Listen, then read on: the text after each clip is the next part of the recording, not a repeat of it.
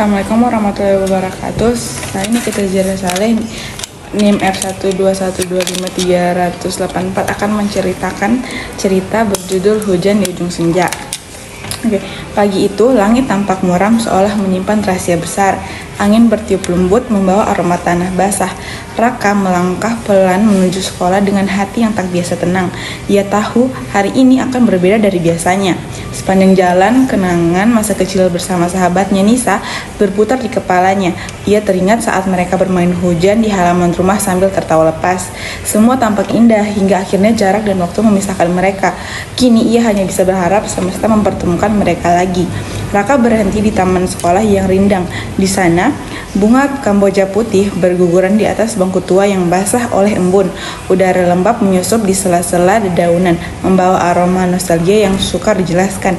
Sejak hujan pertama turun, Raka selalu merasa tenang. Hujan mengingatkannya pada kehangatan masa lalu dan suara tawa yang hilang. Karena itulah ia tidak pernah membenci langit mendung.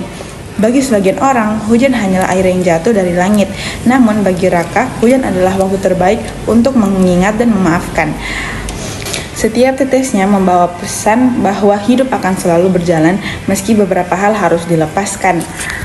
Kemudian saya akan menjelaskan beberapa jenis pola syarat yang terkandung di dalam cerita ini. Nah, di paragraf pertama yang di bagian pagi itu langit tampak muram seolah menyimpan rahasia besar.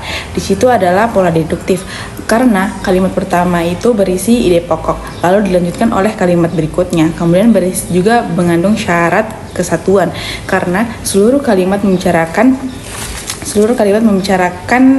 suasana pagi dan perasaan Raka. Kemudian di bagian Raka melangkah pelan menuju sekolah dengan hati yang tak biasa tenang. Nah, di situ adalah jenis narasi karena menceritakan rangkaian peristiwa.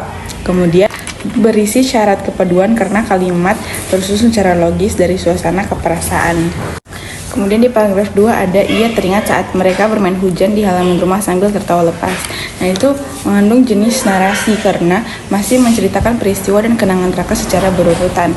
Kemudian berisi syarat kesatuan karena seluruh kalimat itu membicarakan tentang kenangan Raka secara berurutan.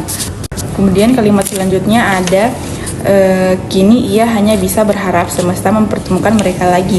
Dan di kalimat itu adalah pola induktif karena kalimat terakhir berisi kesimpulan atau gagasan utama. Kemudian juga mengandung syarat kelengkapan karena berisi latar belakang dan harapan.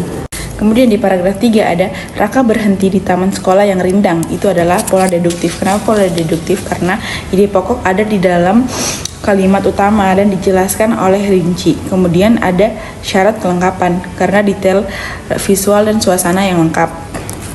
Pada paragraf 4 di kalimat pertama ada sejak hujan pertama turun, Raka selalu merasa tenang. Nah, kalimat itu mengandung jenis eksposisi karena menjelaskan alasan secara logis tentang perasaan Raka terhadap hujan. Kemudian di kalimat kedua ada karena itulah ia tidak pernah membenci langit mendung. Nah, di kalimat itu adalah pola sebab akibat karena sebab kenangan hujan akibatnya ia merasa tenang dan tidak membenci hujan. Kemudian juga ada syarat kepaduan karena sebab dan akibat tersusun runtut. Terus di paragraf kelima ada di kalimat pertama ada bagi sebagian orang hujan hanyalah air yang jatuh dari langit. Nah, di situ itu adalah pola generalisasi karena dimulai dari hal umum menuju pandangan Raka. Terus juga ada syaratnya itu kepaduan karena ide berkembang logis dari umum ke khusus. Terus ada kalimat kedua yaitu hujan adalah waktu terbaik untuk mengingat dan memaafkan. Nah, pada kalimat itu adalah jenis argumentasi. Kenapa jenis argumentasi? Karena itu mengandung pendapat dan alasan yang mendukung pandangan dari Raka. Oke, terima kasih.